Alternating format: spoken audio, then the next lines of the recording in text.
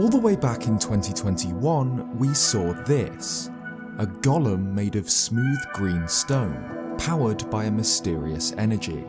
Now, we finally know what this is. The recent gameplay session with producer AG Aonuma revealed that Tears of the Kingdom's Sky Islands will be inhabited by constructs. These are ancient robots native to the Sky Islands. Their designs share things with the architecture of the islands, like the lotus bud shapes on the shoulders of this construct.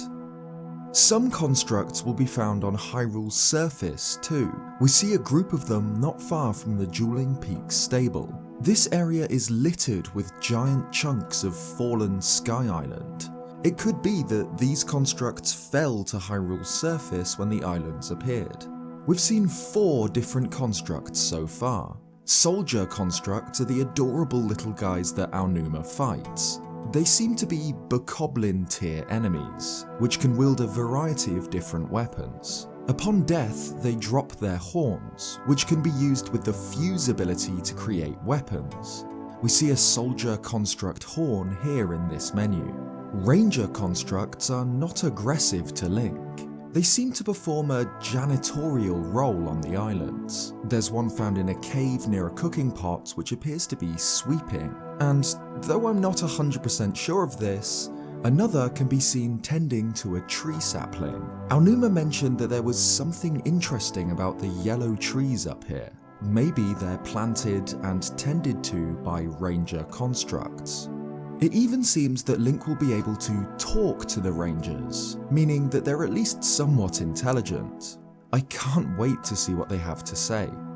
It seems that this is what the golem from E3 2021 was. For some reason, I assumed that this golem was much bigger, but their designs are identical. There's also this construct made out of boxes. It doesn't feature any of the dragon designs that the other constructs do, but it's made out of the same green and orange stone, and powered by the same energy. We even see a box construct in its inactive state here.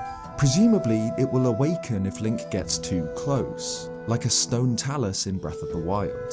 The Zelda Twitter account also shared this, a larger construct wielding a bow and a flamethrower. This machine has 3 eyes, and the horn on its head matches the other construct horn we saw in this fuse menu in the gameplay footage. It looks considerably bigger and more dangerous than the other soldier constructs, but it does share the same basic design. Its body and arms are the same, but it has a longer neck, 3 mouths, and of course 3 eyes. Maybe this is a level 3 soldier construct, 2 tiers above the basic enemy we saw in the gameplay clip. The bow it uses is identical to the bow we saw Aonuma use recently, and we've seen a dragon head flamethrower before, back in E3 2021, where Link has one attached to his shield. Now, we can assume that defeating one of these constructs will allow Link to fuse with this flamethrower part, and that's how Link acquired this one here. We've also seen Link using a Zonai ice cannon attached to a staff, presumably also a weapon he won by defeating a powerful construct. Like Breath of the Wild's Guardians, these constructs were made in the distant past by an ancient civilization, the Zonai. Like the Sheikah, we know that the Zonai were incredibly powerful, but vanished mysteriously a long time ago. Soldier constructs drop Zonai charges, confirming that they were built by these ancient people, and, by extension, that the Sky Islands were too. We're not sure what Zonai charges do yet. They bear a resemblance to ancient cores, particularly the giant ones, which are the power sources for Guardians. Maybe Zonai charges are what power the constructs. So the question is, why are all of the constructs we've seen aggressive to Link, with the single exception of the Ranger? Have they been possessed by malice like the Guardians? I don't think so.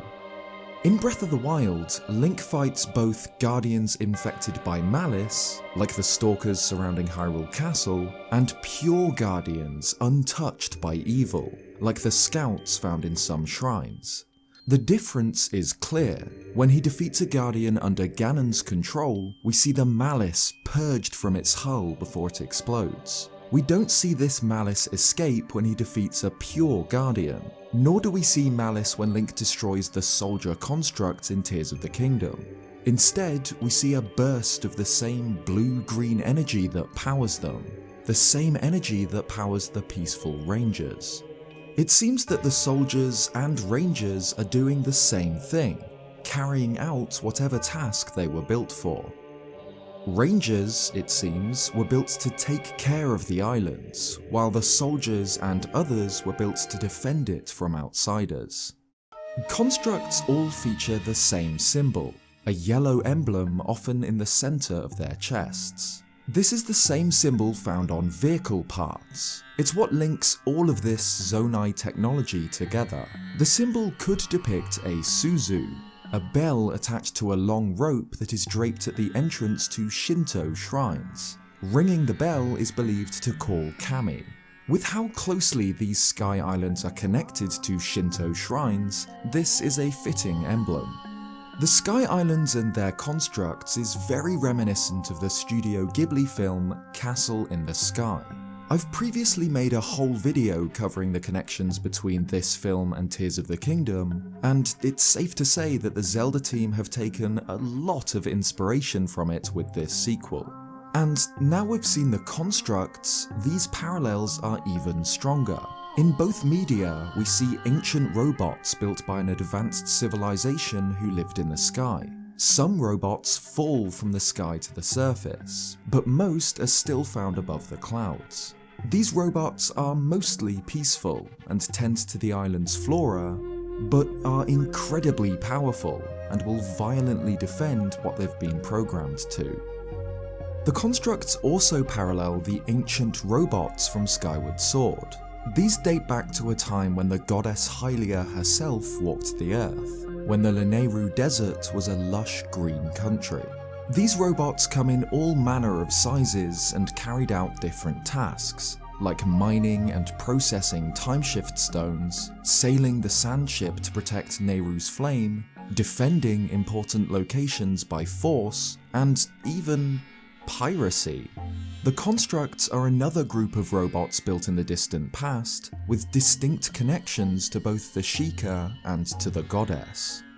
They also bear a passing resemblance to Godan, the arbiter of the Tower of the Gods, a machine designed by the divines to test the will of a potential hero.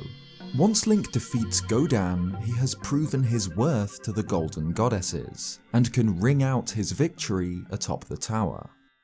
While Sheikah Guardians are powered by ancient energy, and ancient robots are powered by timeshift stones, we're not yet sure what the Zonai charge energy actually is. It seems to be the same green-blue energy that powers Link's right arm, which is closely connected to the glowing light of spirit energy.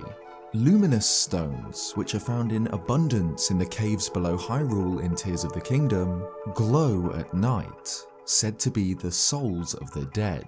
The spirits of the champions and of King Rome burn with this energy, as does Satori, the Lord of the Mountain, the spiritual reincarnation of an ancient sage. Could constructs be powered by the spirits of the dead? The Zonai, who built these islands and these robots, are missing, at least from the islands we've seen explored in gameplay and trailers. Perhaps their souls are now contained within the hulls of constructs, and their life force is what gives them power. Otherwise, they could instead be powered simply by processed luminous stones, which contain spirit energy and appear to have been mined by Zonai in the distant past. I absolutely love the constructs, particularly the soldiers. I can't wait to see more types of defensive constructs, like new types of enemies and bosses, but I'd also love to see more peaceful types, like the Rangers. What do you think about them? What new construct types are you hoping to see? Let me know in the comments down below. If you like this video, leave a like and subscribe if you haven't already for more Zelda content. Cheers guys, and I'll see you next time.